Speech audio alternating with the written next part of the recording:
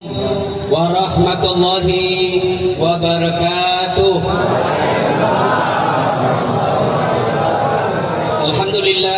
Alhamdulillahi rabbil alamin. Wa bihi nasta'inu ala umurid dunya waddin. Asyhadu an la ilaha illallah wa asyhadu anna Muhammadan abduhu wa rasuluh. Allahumma salli ala sayyidina Muhammad wa ala alihi wa sahbihi ajma'in. Amma ba'd.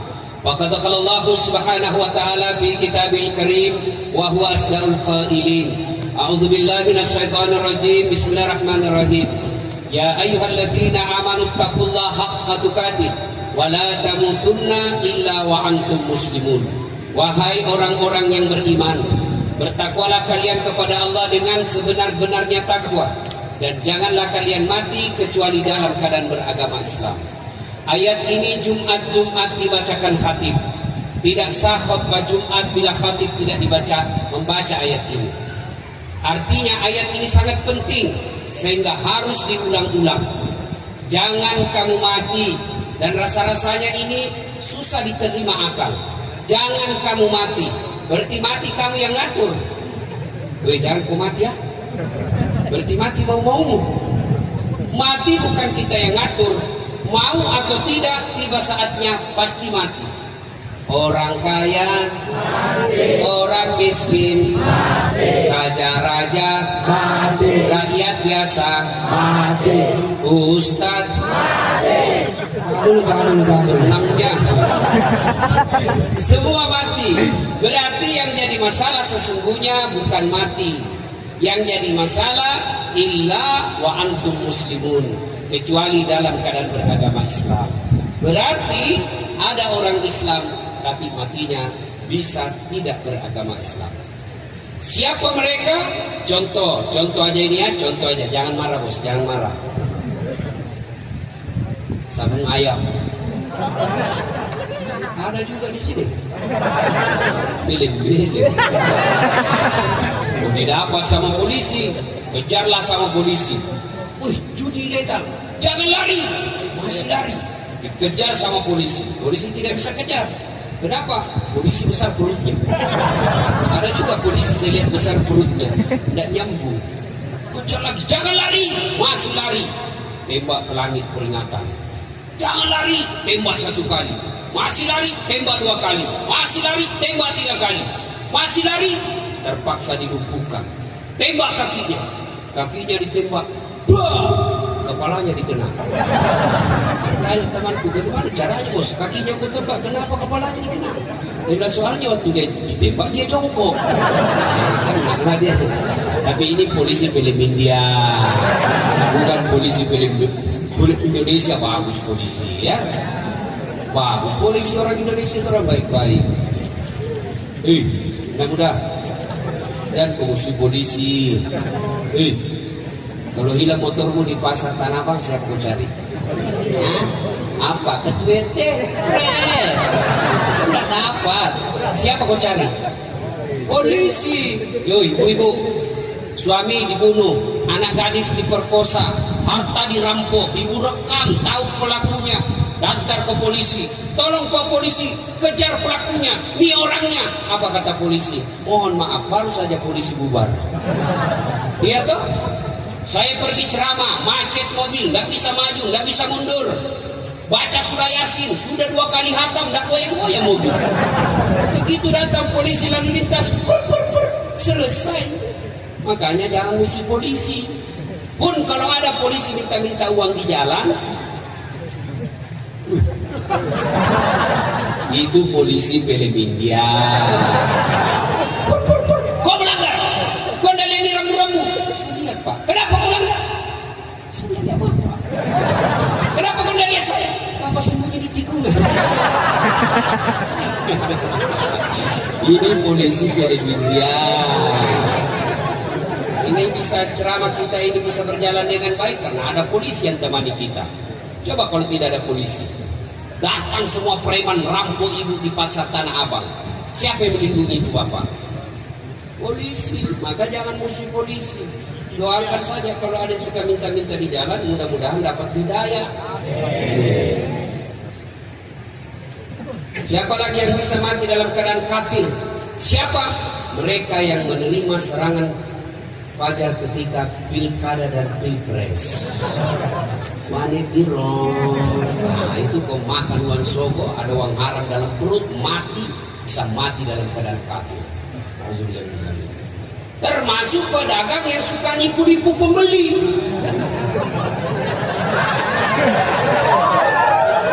Bos, ini gaspol atau rem-rem? Gaspol. Betul. Gaspol. Nah, ini dipasarkan banyak bukan tipu. Asli benar, pakai sumpah lagi demi Allah asli. Sampai saya di kampung palsu. Ajar ini pedagang seperti ini. Yang ketawa saya suruh sini. Bos, bagaimana hidupmu berkah? Coba lihat kasihan.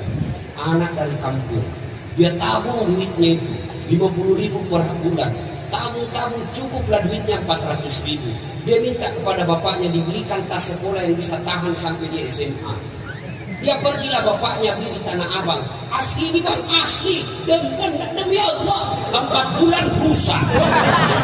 Bagaimana hidupmu berkah? Disumpahi kamu sama anaknya, disumpahi sama bapaknya, kurang naik ya. Uangnya anakku setengah mati dikumpul, dia tipu saya. Orang budi bisa Andre dalam wajah. Ada orang budi di sini? Banyak. Pak, hebat ini orang Budis. Mana-mana saya ketemu. Kemarin saya ceramah di Aceh, banyak orang Budis. Saya pergi ke Riau, Pulau Kijang, banyak orang Budis. Saya pergi Kaltim, namanya Samarinda seberang, bahasa Budis orang di sana.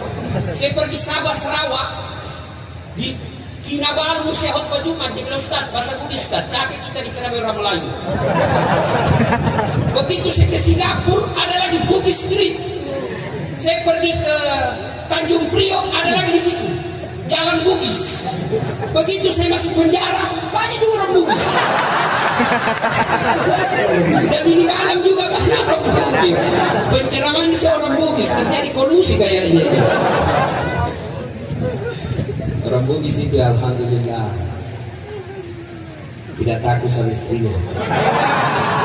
Ya? Mana ada orang Bugis takut sama istrinya? Tidak ada itu. Cuma istrinya lebih berani dari suaminya.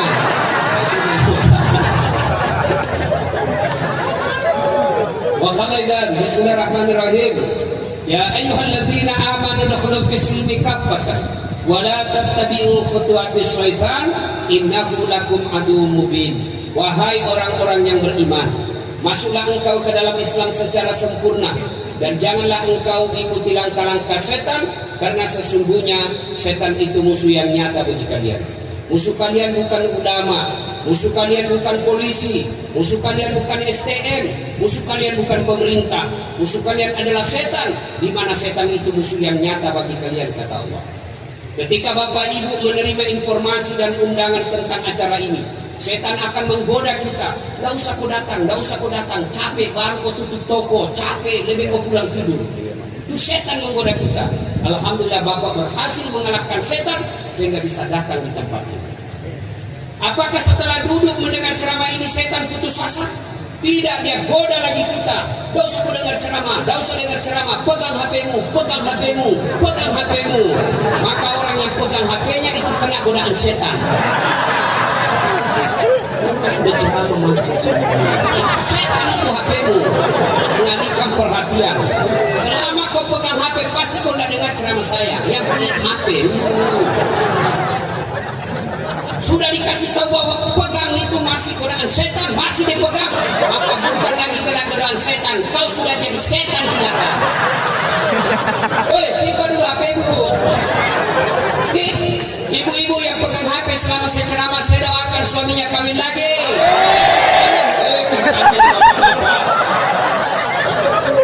Pasti ini bapak ibu yang ngambil tersiksa selama ini sama istrinya. Sampai dia bilang, ada bapak-bapak masuk surga, sudah mau masuk surga, tiba-tiba dilihat istrinya dalam surga, dia bilang Tuhan tidak jadi deh, dia dapat neraka lagi kalau dia.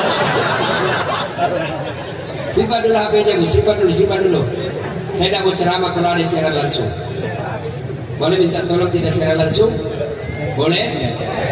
Kalau mau lihat rekamannya nanti ada di channel saya. Jernih gambarnya, suaranya jelas. Selesai nonton jangan lupa like and share. Oh, saya serius. Kalau bisa jangan ada secara langsung. Boleh? Boleh? Saya perlu jelaskan kenapa. Saya ini dokter di bidang media massa. Saya pelajari itu soal media massa. Saya keluar negeri bersekolah soal itu. Setelah saya analisis, ternyata di Indonesia ini ada orang yang cari nafkah, cari duit, memberi makan anak istrinya, ngisi perutnya dengan cara apa? Membuli ulama. Caranya apa? Ketika dia carilah siaran-siaran langsung, ada keseliau ngomong, dia share. Dan biasanya kalau siaran langsung begini, kita keseliau. Contoh paling akhir, guru kita Ustadz Abdul Somad. Siaran langsung ditanya, Ustadz, bagaimana hukumnya main catur? Beliau akan jawab, haram apabila azan berkumandang kalian masih main catur. Haram apabila azan berkumandang kalian masih main catur. Tapi dipotong itu azan. Akhirnya yang kedengar haram main catur. Disebarkanlah itu, maka marahlah seluruh pemain catur termasuk pelatihnya. Dari Sabang sampai Merauke. Saya juga ditanya, Ustadz bagaimana hukumnya main catur? Haram. Serius, haram. Kenapa bisa? Karena kau bunuh Perdana Menteri sama Raja. Mana bisa benar kalau tidak mati Perdana Menteri? Simpan dulu HP, simpan. Ibu-ibu, simpan dulu. Sebentar selfie. Ada juga ibu-ibu orang lagi ceramah sibuk selfie. Saya dijadikan background. Kita pot bunga. Coba deh ibu-ibu dan selesai ceramah dikejar lagi kita itu, Ustaz selfie. Ini yang paling saya tidak senang. Orang capek kelihatan disuruh senyum. Selfie Ustaz. Kalau tidak dilayani, dia ada status lagi sombong dan makasih. Dan dia ingat sampai mati. Masa dilayani. Ustaz kabur. Ustaz bilang Ustaz dalam hati itu bukan HBmu kabur, mukamu memang kabur. Simpan HP dulu bisa? Bisa? Insyaallah ya. Wa qala idzan bismillahirrahmanirrahim. Innallaha wa malaikatahu yusholluna 'alan nabi. Ya ayyuhalladzina amanu shallu 'alaihi wa sallimu taslima. Sesungguhnya Allah dan para malaikatnya bersalawat kepada Rasulullah Muhammad SAW. Maka wahai orang-orang yang beriman, bersalawatlah kalian kepada Rasulullah dengan sebaik-baik salawat.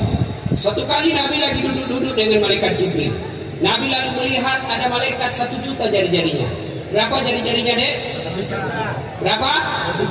10. Kau cacat itu kalau kau bilang 10. Ada kaki tuh 20. Ini malaikat 1 juta jari-jarinya, Pak. Nabi kagum, wahai Jibril, malaikat apa itu? Banyak benar jari-jarinya. Itu malaikat mencatat air ketika hujan. Nabi bertanya, wahai malaikat, kau mampu mencatat air ketika hujan? Ya, ku catat yang jatuh di laut, ku catat yang jatuh di gunung, ku catat yang jatuh di darat, semua aku catat. Satu yang tidak bisa ku catat, ya Muhammad. Apa gerangan? Lebih banyak jumlahnya dari air hujan. Apa? Ketika umatmu berkumpul di pelataran masjid. Sudah namanya? Nah itu. Lalu mereka berselawat bareng-bareng kepadamu.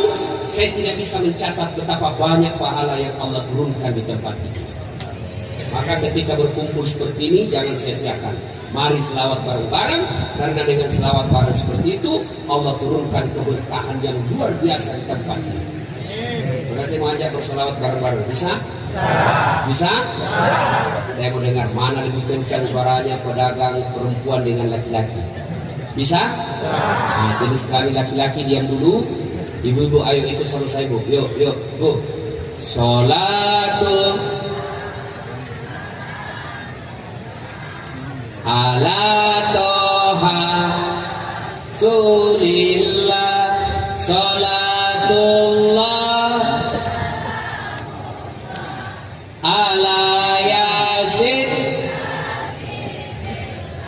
Ya itu bukan keras bos, itu namanya syahdu.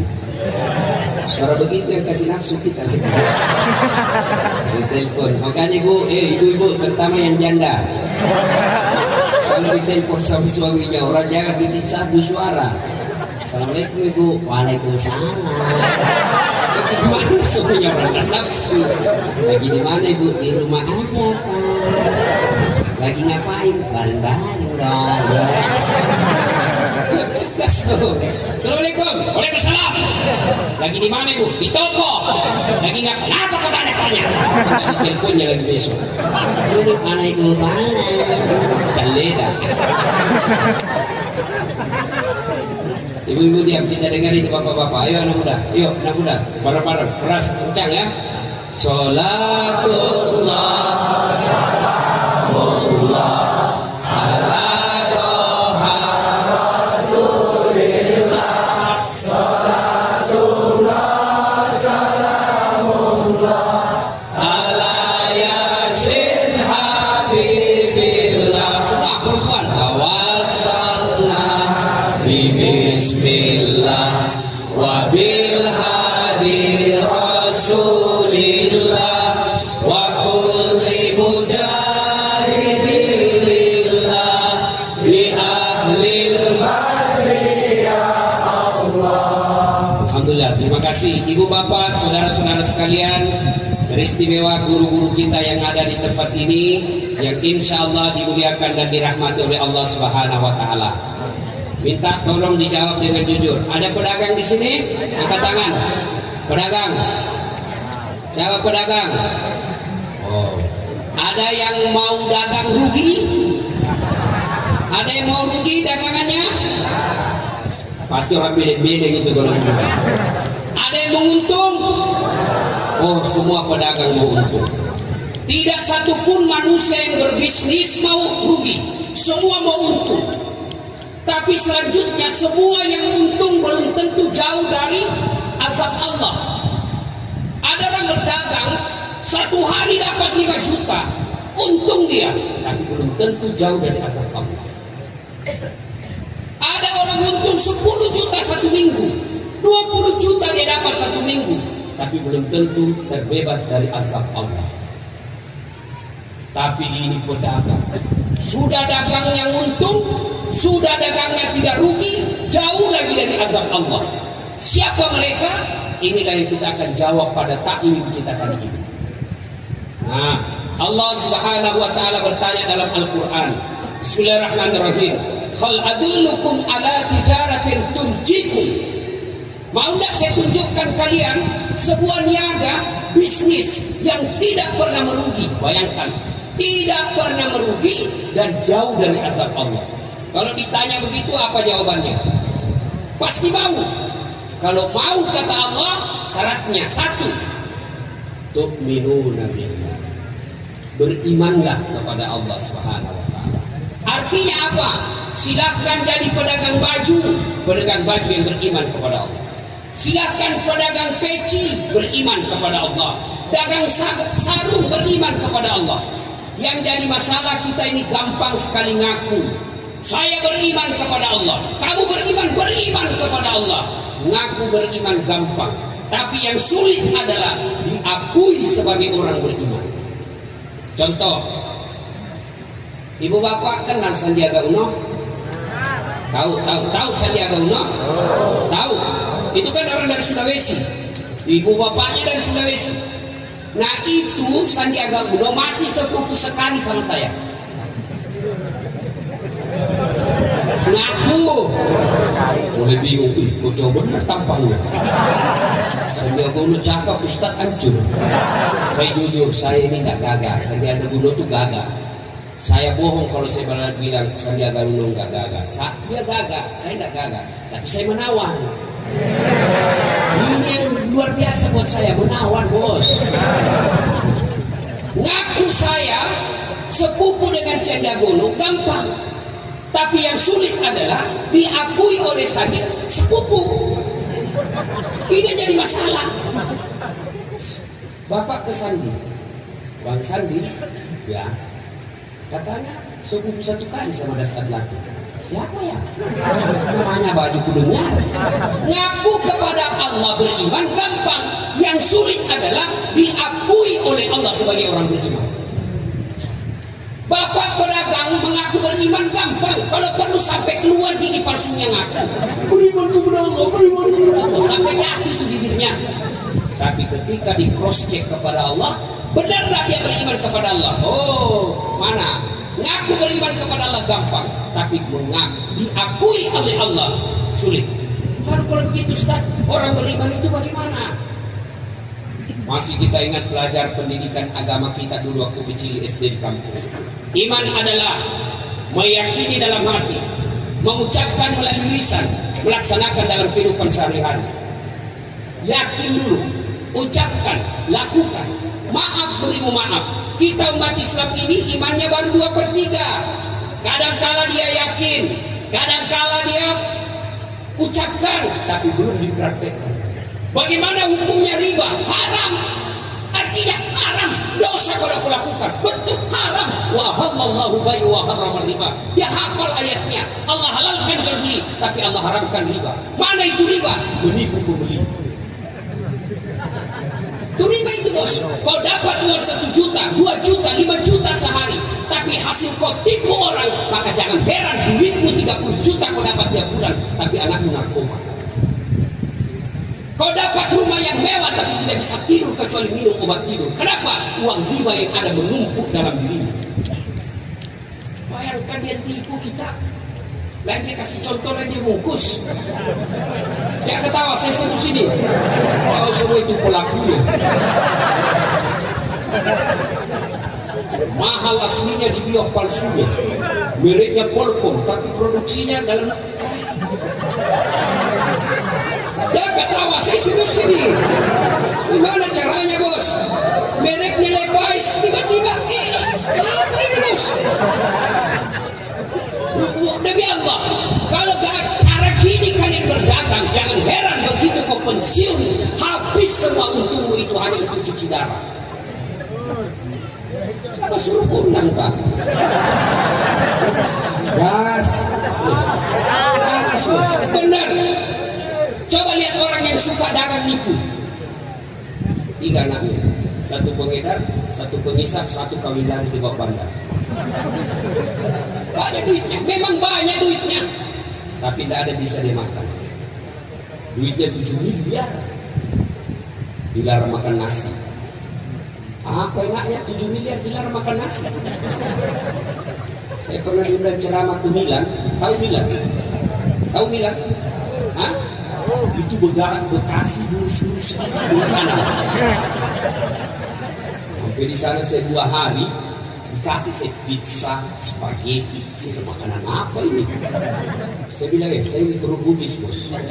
Tidak mempan kalau tidak ketemu nasi, kau siksa saya. Saya tidak bisa ceramah kalau tidak ketemu nasi. Berhenti saya ceramah kalau tidak kasih saya nasi. Baru 2 hari saya sudah menderita. Dilarang makan nasi. Duitnya 7 miliar. Dilarang makan nasi, dilarang makan daging, dilarang makan gula, dilarang makan garam, dilarang makan lemak, berlemak-lemak, dilarang makan ayam, semua dilarang. Apa saja bisa dimakan? Ubi rebus yang warna ungu. Mobilnya harga 1 miliar tapi dilarang pakai AC. Baru 10 menit dalam mobil gelisah. Break sedikit lagi.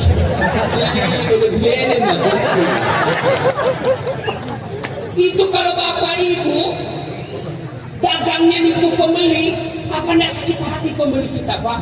Jauh-jauh dari Sulawesi Selatan, duitnya duit susah dia dapatnya, dia tabung bertahun-tahun, modal usaha nantinya, dia pikir yang dia beli asli ternyata sampai palsu, maka sepanjang hidupnya disumpahi penjualnya. Gimana hidup kita mau berkah kalau hidup kita semua sumpahi kita sama pembeli? Tiap hari 4 pembeli kita, tapi semua menyumpahi kita. Gimana hidup kita mau berkah? Tapi lihat orang yang jujur dalam berdagang. Barangkali untungnya tidak seberapa, barangkali mobilnya tidak mewah, barangkali rumahnya pun sederhana, tapi hidupnya tenang, anak-anaknya bisa menjadi anak-anak yang bermartabat. Pedagang penipu, suaminya selingkuh, istrinya membalas. Tiba-tiba minta maaf suaminya, Bu, maafkan saya. Kenapa Pak? Saya gila. Waktu saya ke Kalimantan dulu dagang, saya gila. Ada perempuan mirip betul sama ibu. Maafkan saya.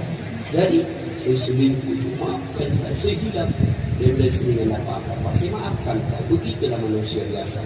Kadang-kala memang kita tidak maafkan karena sudah bulan lalu saya selingkuh. Ini kalau barang yang membentuk dalam diri kita adalah barang-barang haram. Lalu bagaimana berdagang orang-orang beriman itu? Mereka akan seperti Rasulullah. Ya Muhammad, berapa harganya ini kainmu? Apa kata Nabi? Khadijah memberiku 10 dirham. Kau mau beli dengan modal? Boleh. Kau mau kasih saya untung? Silahkan. Kira-kira ada di tanah abang begitu? Ada? Ada? Nah, maka jangan heran, wajar ketika kita sholat tidak bisa khusyuk. Kenapa makanan ikut mempengaruhi tingkat kehusyukan kita? Kalau kita selalu mengkonsumsi barang haram, maka hati kita jadi keras. Apa hubungannya Ustaz? Tidakkah orang yang lembut hatinya itu ketika dia tahu barang salah, dia tidak akan lakukan. Tapi orang yang keras hatinya, kaswatul qalbi, dia tahu salah, dia tahu haram, tapi dia lakukan terus, maka itu membuat hati bapak menjadi keras, dan wajar bapak sholat tidak bisa khusyuk. Allah. Tadi 200.000, di kursa 50.000, di SCP 20.000. Mana ini 20.000? Allah, di mana sih? Allah, masih dicari. Akad ketiga belum beda apa. Begitu rakaat keempat, assalamualaikum. Oh, di bawah dompet. Itu bapak ibu berdagang. Dagang yang baik itu diyakin, dia ucapkan, dia lakukan dalam kehidupan sehari. Bagaimana hukumnya pakai jilbab? Wajib. Apa artinya? Dosa kalau kau tidak lakukan. Kenapa belum pakai jilbab? Ya sudahlah, saya masih gadis. Nanti kalau pakai jilbab tidak ada yang senang saya. Itu orang beriman. Dia bukan cuma yakini, diucapkan, dilakukan.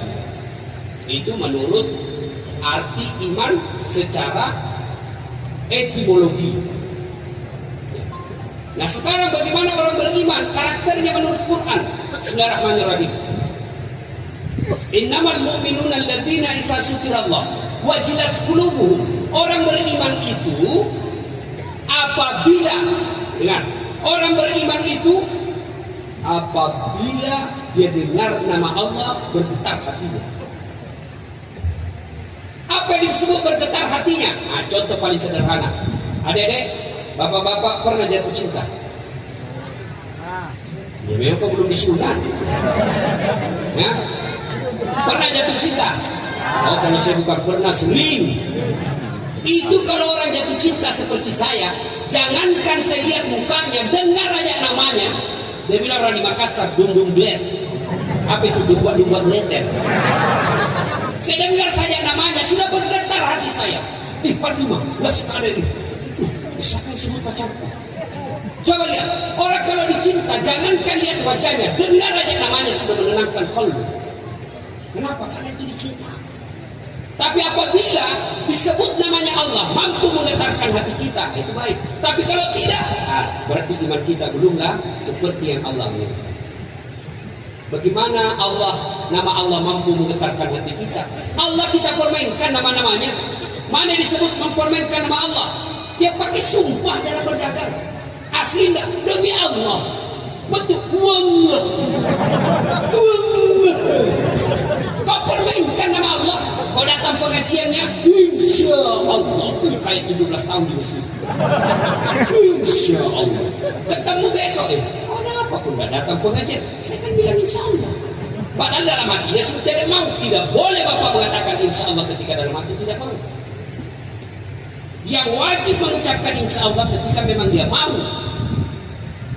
Jangan anggap enteng insya Allah. Ada cerita wallahu a'lam benar atau tidak. Pedagang kambing. Dia dagang, ketemu sama Pak Ustadz mau pergi sholat duhur. Dia bilang, Pak Ustadz, Pak Haji mau kemana? Ke pasar. Untuk apa? Jual kambing. Dia bilang, Pak Ustadz, kau bilang ya insya Allah. Apa insya Allah? Itu pasar sudah dekat. 4 kali saya lompat sudah sampai. Ya aku tak kabur. Kau bilang insya Allah. Apa lagi insya Allah ini sudah dekat. Dia pergi berlalu. Pak Ustadz pulang sholat duhur, dia sholat asar, pulang sholat asar, ketemu lagi. Pak Haji, dari mana? Ternyata setelah sampai di pasar terjadi kebakaran, Pak. Terbakar semua pasar, termasuk kambingnya yang pedagang tadi. Pulang, Assalamualaikum Pak Haji. Waalaikumsalam. Mau kemana Pak Haji? Insya Allah habis kambing terbakar. Apalagi insya Allah sudah habis. Ya, maka kalau berjanji insya Allah. Tapi tidak boleh memperkai namanya Allah, tidak boleh mengatakan insya Allah kalau memang dalam hati tidak mau. Lebih jujur. Datang pengajian sebentar mainlah. Saya mau sekali tapi ada sepak bola. Daripada saya pergi tak konsentrasi muslimun kecuali dalam keadaan beragama Islam. Berarti ada orang Islam tapi matinya bisa tidak beragama Islam. Siapa mereka? Contoh aja ini ya, contoh aja. Jangan marah bos, jangan marah. Sabung ayam. Ada juga di sini. Pilih-pilih. Udah dapat sama polisi, kejarlah sama polisi. Wih, judi ilegal. Jangan lari. Masih lari. Dikejar sama polisi. Polisi tidak bisa kejar. Kenapa? Polisi besar perutnya. Ada juga polisi saya lihat besar perutnya, tidak nyambung. Kejar lagi. Jangan lari. Masih lari. Tembak ke langit peringatan. Jangan lari, tembak 1 kali. Masih lari, tembak 2 kali. Masih lari, tembak 3 kali. Masih lari, terpaksa dilumpuhkan. Tembak kakinya. Kakinya ditembak. Bah! Kepalanya dikena. Saya tanya temanku, bagaimana caranya bos? Kakinya aku tembak, kenapa kepalanya dikena? Dan soalnya waktu dia ditembak, dia jongkok. Kena dia. Tapi ini polisi film India. Bukan polisi film Indonesia. Bagus polisi ya, bagus polisi. Orang Indonesia itu orang baik-baik. Mudah-mudah dan komisi polisi. Kalau hilang motormu di pasar Tanah Abang, saya mau cari. Apa? Ketua RT? Tidak dapat. Siapa kau cari? Polisi. Yo, ibu-ibu, suami dibunuh, anak gadis diperkosa, harta dirampok, ibu rekam, tahu pelakunya, daftar ke polisi. Tolong Pak Polisi, kejar pelakunya, ini orangnya. Apa kata polisi? Mohon maaf, baru saja polisi bubar. Iya toh? Saya pergi ceramah, macet mobil, nggak bisa maju, nggak bisa mundur. Baca surah Yasin, sudah 2 kali hatam, nggak goyang-goyang mobil. Begitu datang polisi lalu lintas, selesai. Makanya jangan musuh polisi. Pun kalau ada polisi minta-minta uang di jalan, itu polisi film India. Kau melanggar, kau ini rambu-rambu. Saya lihat Pak, kenapa kau langgar? Saya lihat Bapak. Kenapa kau lihat saya? Bapak sembunyi di tikungan. Ini polisi film India. Ini bisa ceramah kita ini bisa berjalan dengan baik karena ada polisi yang temani kita. Coba kalau tidak ada polisi, datang semua preman rampok ibu di pasar Tanah Abang. Siapa yang melindungi itu Bapak? Polisi. Maka jangan musuh polisi. Doakan saja kalau ada yang suka minta-minta di jalan, mudah-mudahan dapat hidayah. Siapa lagi yang bisa mati dalam keadaan kafir? Siapa? Mereka yang menerima serangan fajar ketika pilkada dan pilpres. Wanit dirong. Nah, itu kau makan uang sogo, ada uang haram dalam perut, mati, bisa mati dalam keadaan kafir. Termasuk pedagang yang suka nipu-nipu pembeli.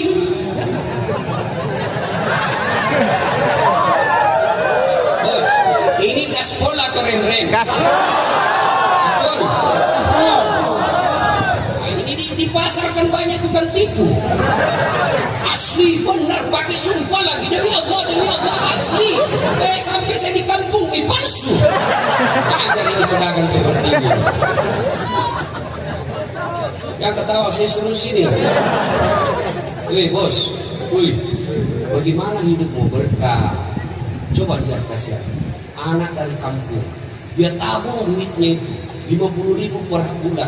Tabung-tabung cukuplah duitnya 400.000. Dia minta kepada bapaknya dibelikan tas sekolah yang bisa tahan sampai dia SMA.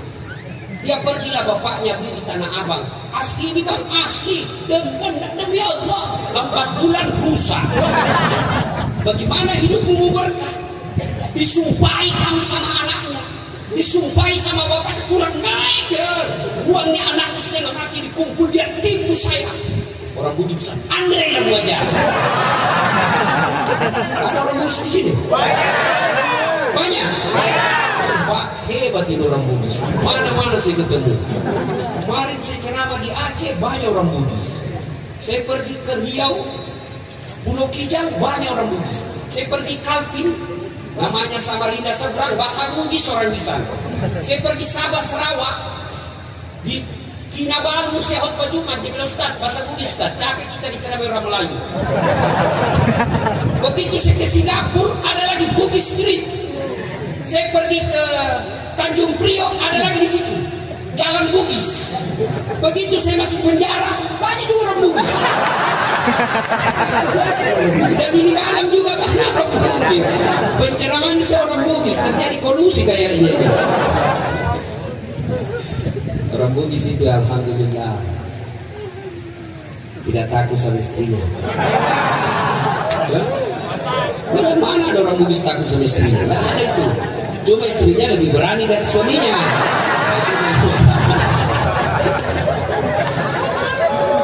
Wa qala bismillahirrahmanirrahim. Ya ayyuhalladzina amanu dukhulu fis silmi kaffatan wa la tattabi'u khutuwatis syaitan innahu lakum aduwwum mubin. Wahai orang-orang yang beriman, masuklah engkau ke dalam Islam secara sempurna dan janganlah engkau ikuti langkah-langkah setan, karena sesungguhnya setan itu musuh yang nyata bagi kalian. Musuh kalian bukan ulama, musuh kalian bukan polisi, musuh kalian bukan STM, musuh kalian bukan pemerintah, musuh kalian adalah setan, di mana setan itu musuh yang nyata bagi kalian, kata Allah. Ketika Bapak Ibu menerima informasi dan undangan tentang acara ini, setan akan menggoda kita. Nggak usah kau datang, nggak usah kau datang. Capek baru kau tutup toko, capek lebih kau pulang tidur. Itu setan menggoda kita. Alhamdulillah Bapak berhasil mengalahkan setan sehingga bisa datang di tempat ini. Apakah setelah duduk mendengar ceramah ini setan putus asa? Tidak, dia goda lagi kita. Nggak usah kau dengar ceramah, nggak usah dengar ceramah. Pegang HP-mu, pegang HP-mu, pegang HP-mu. Maka orang yang pegang HP-nya itu kena godaan setan. Sudah ceramah masih setan itu HP-mu mengalihkan perhatian. Selama kau pegang HP pasti kau tidak dengar ceramah saya. Yang punya HP sudah dikasih tahu bahwa pegang itu masih godaan setan, masih dipegang, maka bukan lagi kena godaan setan, kau sudah jadi setan. Silakan. Woi, simpan dulu HP-mu. Ibu-ibu yang pegang HP selama saya ceramah, saya doakan suaminya kawin lagi.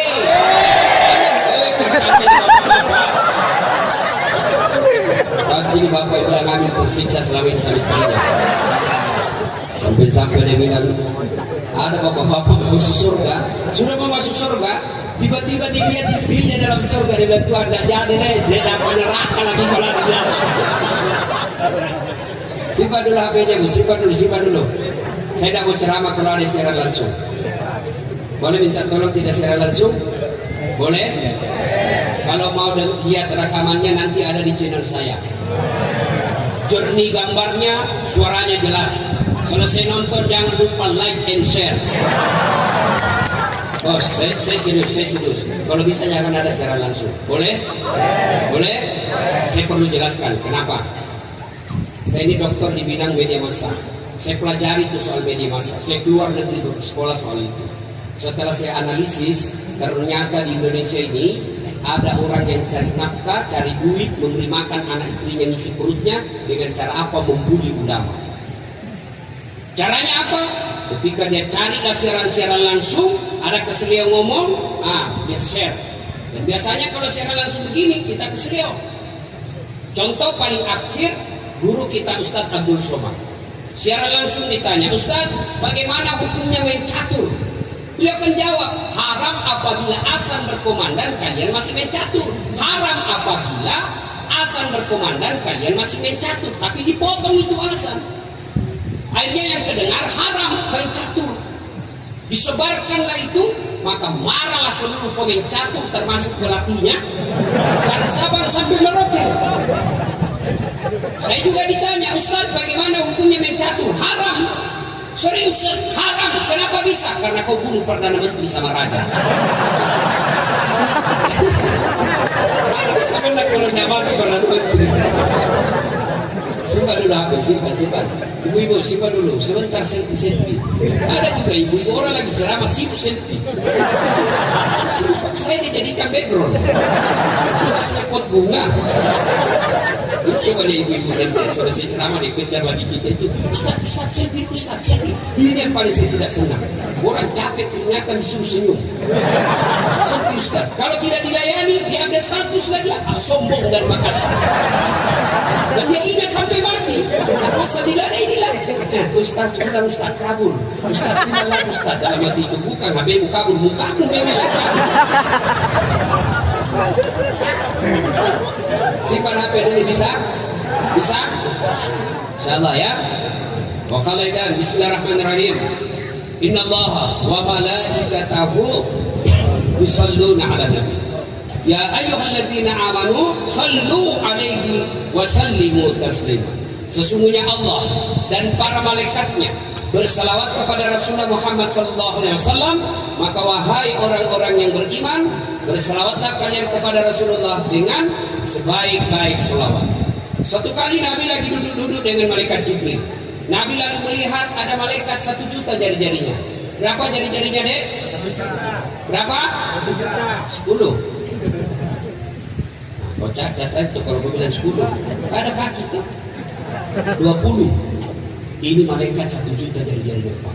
Nabi kagum, wahai Jibril, malaikat apa itu? Banyak benar jari-jarinya. Itu malaikat mencatat air ketika hujan. Nabi bertanya, wahai malaikat, kau mampu mencatat air ketika hujan? Ya, ku catat yang jatuh di laut, ku catat yang jatuh di gunung, ku catat yang jatuh di darat, semua aku catat. Satu yang tidak bisa ku catat ya Muhammad. Apa gerangan? Lebih banyak jumlahnya dari air hujan. Apa? Ketika umatmu berkumpul di pelataran masjid. Sudah namanya? Nah itu. Lalu mereka berselawat bareng-bareng kepadamu. Saya tidak bisa mencatat betapa banyak pahala yang Allah turunkan di tempat ini. Maka ketika berkumpul seperti ini jangan sia-siakan. Mari selawat bareng-bareng, karena dengan selawat bareng seperti itu Allah turunkan keberkahan yang luar biasa di tempat ini. Maka saya mau ajak berselawat bareng-bareng. Bisa? Bisa? Saya mau dengar mana lebih kencang suaranya pedagang perempuan dengan laki-laki. Bisa? Nah, jenis kelamin laki-laki diam dulu. Ibu-ibu ayo ikut sama saya Bu. Yuk Bu. Sholatu ala toha sulillah sholatullah ala yasin. Ya itu bukan keras bos, itu namanya syahdu. Suara begitu yang kasih nafsu kita di telepon. Makanya Bu, ibu-ibu terutama yang janda, kalau ditelepon sama suaminya orang jangan ditisahdu suara. Assalamualaikum Ibu. Waalaikumsalam. Gimana suaminya orang nafsu? Lagi di mana Ibu? Di rumah aja Pak. Lagi ngapain? Bareng-bareng dong. Tegas loh. Assalamualaikum. Waalaikumsalam. Lagi di mana Ibu? Di toko. Lagi ngapain? Apa kau tanya? Di teleponnya lagi besok. Waalaikumsalam. Caleda. Ibu-ibu diam, kita dengarin bapak-bapak. Ayo anak muda, bareng-bareng, keras, kencang ya. Sholatullah, salamullah ala toha rasulillah. Sholatullah, salamullah ala yasin habibillah. Semua perempuan tawassalna bismillah wa bil hadi rasulillah wa kulli mujahidillah bi ahlil badri ya Allah. Alhamdulillah, terima kasih ibu bapak, saudara-saudara sekalian, teristimewa guru-guru kita yang ada di tempat ini, yang insya Allah dimuliakan dan dirahmati oleh Allah Subhanahu wa Ta'ala. Minta tolong dijawab dengan jujur. Ada pedagang di sini? Angkat tangan. Pedagang. Siapa pedagang? Oh. Ada yang mau dagang rugi? Ada yang mau rugi dagangannya? Pasti orang beda-beda gitu kalau gitu. Ada yang mau untung? Oh, semua pedagang mau untung. Tidak satupun manusia yang berbisnis mau rugi. Semua mau untung. Tapi selanjutnya semua yang untung belum tentu jauh dari azab Allah. Ada orang berdagang satu hari dapat 5 juta, untung dia, tapi belum tentu jauh dari azab Allah. Ada orang untung 10 juta satu minggu, 20 juta dia dapat satu minggu, tapi belum tentu terbebas dari azab Allah. Tapi ini pedagang, sudah dagangnya untung, sudah dagangnya tidak rugi, jauh lagi dari azab Allah. Siapa mereka? Inilah yang kita akan jawab pada taklim kita kali ini. Nah, Allah Subhanahu wa taala bertanya dalam Al-Qur'an. Bismillahirrahmanirrahim. Hal adullukum ala tijaratin tunjikum. Mau enggak saya tunjukkan kalian sebuah niaga bisnis yang tidak pernah merugi? Bayangkan, tidak pernah merugi dan jauh dari azab Allah. Kalau ditanya begitu apa jawabannya? Pasti mau. Kalau mau kata Allah, syaratnya 1, tu'minuna billah. Berimanlah kepada Allah Subhanahu wa taala. Artinya apa? Silakan jadi pedagang baju yang beriman kepada Allah. Silakan pedagang peci beriman kepada Allah. Dagang sarung beriman kepada Allah. Yang jadi masalah kita ini gampang sekali ngaku. Saya beriman kepada Allah. Kamu beriman kepada Allah. Ngaku beriman gampang. Tapi yang sulit adalah diakui sebagai orang beriman. Contoh, ibu bapak kenal Sandiaga Uno? Tahu Sandiaga Uno? Tahu. Itu kan orang dari Sulawesi. Ibu bapaknya dari Sulawesi. Nah itu Sandiaga Uno masih sepupu sekali sama saya.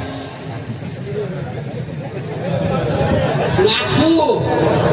Mulai bingung, kok jauh benar tampangnya. Sandiaga Uno cakap, Ustadz hancur. Saya jujur, saya ini nggak gagah. Sandiaga Uno tuh gagah. Saya bohong kalau saya bilang Sandiaga Uno nggak gagah. Dia gagah, saya nggak gagah. Tapi saya menawan. Ini yang luar biasa buat saya, menawan bos. Ngaku saya sepupu dengan Sandiaga Uno gampang. Tapi yang sulit adalah diakui oleh Sandi sepupu. Ini jadi masalah. Bapak ke Sandi, Bang Sandi, ya, katanya sepupu satu kali sama Dasar Latin. Siapa ya? Namanya baju ku dengar. Ngaku kepada Allah beriman gampang. Yang sulit adalah diakui oleh Allah sebagai orang beriman. Bapak pedagang mengaku beriman gampang. Kalau perlu sampai keluar gini palsunya ngaku. Beriman kepada Allah, beriman kepada Allah. Sampai jatuh itu bibirnya. Tapi ketika di cross check kepada Allah, benarlah dia beriman kepada Allah? Oh, mana? Ngaku beriman kepada Allah gampang, tapi diakui oleh Allah sulit. Lalu kalau begitu Ustaz, orang beriman itu bagaimana? Masih kita ingat pelajar pendidikan agama kita dulu waktu kecil SD di kampung. Iman adalah meyakini dalam hati, mengucapkan melalui lisan, melaksanakan dalam kehidupan sehari-hari. Yakin dulu, ucapkan, lakukan. Maaf beribu maaf. Kita umat Islam ini imannya baru 2/3. Kadangkala dia yakin, kadangkala dia ucapkan, tapi belum dipraktekkan. Bagaimana hukumnya riba? Haram. Artinya haram, dosa kalau aku lakukan. Betul haram. Wa halallahu bai'a wa harrama riba. Dia hafal ayatnya. Allah halalkan jual beli, tapi Allah haramkan riba. Mana itu riba? Menipu pembeli. Itu riba itu bos. Kau dapat uang 1 juta, 2 juta, 5 juta sehari, tapi hasil kau tipu orang, maka jangan heran duitmu 30 juta kau dapat tiap bulan, tapi anakmu narkoba. Kau dapat rumah yang mewah tapi tidak bisa tidur kecuali minum obat tidur. Kenapa? Uang riba yang ada menumpuk dalam dirimu. Bayangkan dia tipu kita. Lain dia kasih contoh, lain dia bungkus. Dia ketawa, saya seru sini. Kalau semua itu pelakunya. Mahal aslinya di biok palsunya. Mereknya Polkom, tapi produksinya dalam. Dia ketawa, saya seru sini. Gimana caranya bos? Mereknya Levi's, tiba-tiba apa ini bos? Demi Allah, kalau cara gini kalian berdagang, jangan heran begitu kau pensiun, habis semua untungmu itu hanya untuk cuci darah. Siapa suruh undang kak? Gas, panas bos. Benar. Coba lihat orang yang suka dagang nipu. 3 anaknya, 1 pengedar, 1 pengisap, 1 kawin lari di bawah bandar. Banyak duitnya, memang banyak duitnya, tapi tidak ada bisa dia makan. Duitnya 7 miliar, dilarang makan nasi. Apa enaknya 7 miliar dilarang makan nasi? Saya pernah diundang ceramah ke Milan. Tahu Milan? Tahu Milan? Hah? Itu Bekasi lurus-lurus di kanan. Sampai di sana saya 2 hari. Dikasih saya pizza, spaghetti, saya makanan apa ini? Saya bilang saya ini guru Buddhis bos. Tidak mempan kalau tidak ketemu nasi, kau siksa saya. Saya tidak bisa ceramah kalau tidak ketemu nasi. Berhenti saya ceramah kalau tidak kasih saya nasi. Baru 2 hari saya sudah menderita. Dilarang makan nasi. Duitnya 7 miliar. Dilarang makan nasi, dilarang makan daging, dilarang makan gula, dilarang makan garam, dilarang makan lemak, berlemak-lemak, dilarang makan ayam, semua dilarang. Apa saja bisa dimakan? Ubi rebus yang warna ungu. Mobilnya harga 1 miliar tapi dilarang pakai AC. Baru 10 menit dalam mobil gelisah. Rem sedikit mati.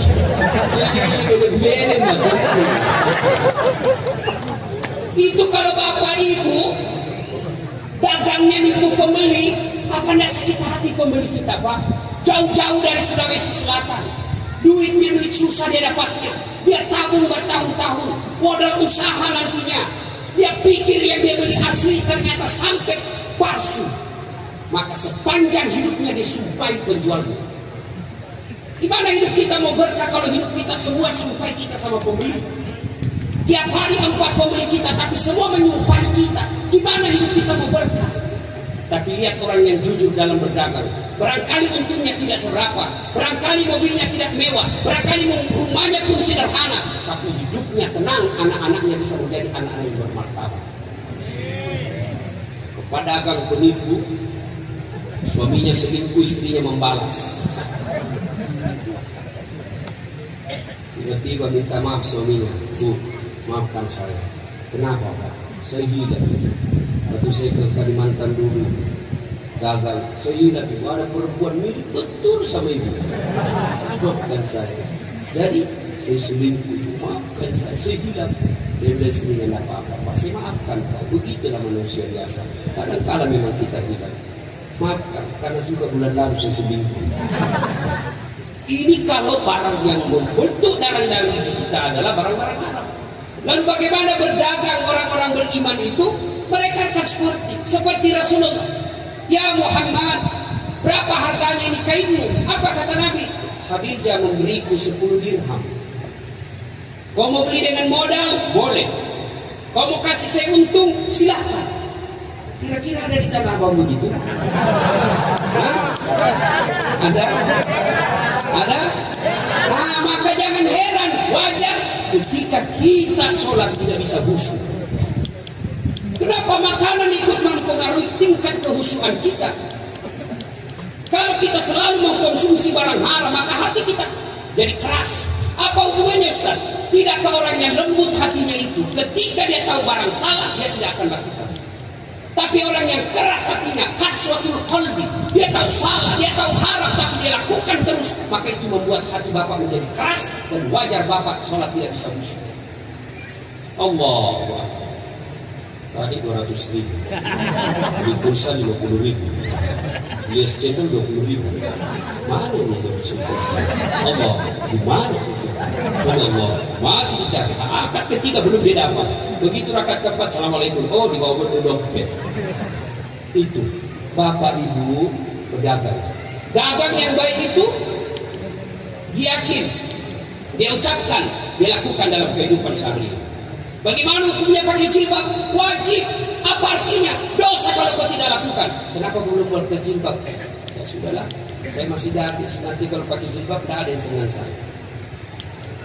Itu orang beriman, dia bukan cuma yakini, diucapkan, dilakukan. Itu menurut arti iman secara etimologi. Nah sekarang bagaimana orang beriman? Karakternya menurut Quran. Bismillahirrahmanirrahim. Innamal mu'minuna alladzina idza dzukirallah wajilat qulubuhum. Orang beriman itu apabila, ingat, orang beriman itu apabila dia dengar nama Allah bergetar hatinya. Apa yang disebut bergetar hatinya? Nah, contoh paling sederhana. Adik-adik, bapak-bapak pernah jatuh cinta? Ya memang kok belum disunat.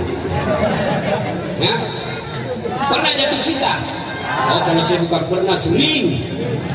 Itu kalau orang jatuh cinta seperti saya, jangankan saya lihat mukanya, dengar aja namanya. Dia bilang orang di Makassar, dung-dung gled. Apa itu dumba-dumba gleter? Saya dengar saja namanya, sudah bergetar hati saya. Fatimah, lah sekarang ini. Siapa yang sebut pacarku? Coba lihat, orang kalau dicinta, jangankan lihat wajahnya, dengar aja namanya sudah menenangkan kalbu. Kenapa? Karena itu dicinta. Tapi apabila disebut namanya Allah, mampu menggetarkan hati kita, itu baik. Tapi kalau tidak, berarti iman kita belumlah seperti yang Allah inginkan. Bagaimana nama Allah mampu menggetarkan hati kita? Allah kita permainkan nama-namanya. Mana disebut mempermainkan nama Allah? Dia pakai sumpah dalam berdagang. Asli enggak? Demi Allah. Betul. Wallah. Kau permainkan nama Allah. Kau datang pengajiannya, insya Allah. Kayak 17 tahun di Mesir. Insya Allah. Ketemu besok ya. Oh, kenapa kau tidak datang pengajian? Saya kan bilang insya Allah. Padahal dalam hatinya sudah tidak mau. Tidak boleh Bapak mengatakan insya Allah ketika dalam hati tidak mau. Yang wajib mengucapkan insya Allah ketika memang dia mau. Jangan anggap enteng insya Allah. Ada cerita wallahu a'lam benar atau tidak. Pedagang kambing. Dia dagang, ketemu sama Pak Ustadz mau pergi salat zuhur. Dia bilang, Pak Ustadz, Pak Haji mau kemana? Ke pasar. Untuk apa? Jual kambing. Dia bilang, Pak Ustadz, kau bilang lah insya Allah. Apa insya Allah? Itu pasar sudah dekat. 4 kali saya lompat sudah sampai. Dia aku tak kabur. Kau bilang insya Allah. Apa lagi insya Allah? Ini sudah dekat. Dia pergi berlalu. Pak Ustadz pulang sholat duhur, dia sholat asar, pulang sholat asar, ketemu lagi. Pak Haji, dari mana? Ternyata setelah sampai di pasar terjadi kebakaran, Pak. Terbakar semua pasar, termasuk kambingnya yang pedagang tadi. Pulang, assalamualaikum Pak Haji. Waalaikumsalam. Mau kemana Pak Haji? Insya Allah habis kambing terbakar. Apalagi sudah insya Allah sudah habis. Ya, maka kalau berjanji insya Allah. Tapi tidak boleh memperkai namanya Allah, tidak boleh mengatakan insya Allah kalau memang dalam hati tidak mau. Lebih jujur. Datang pengajian sebentar main lah. Saya mau sekali tapi ada sepak bola. Daripada saya pergi tak konsentrasi.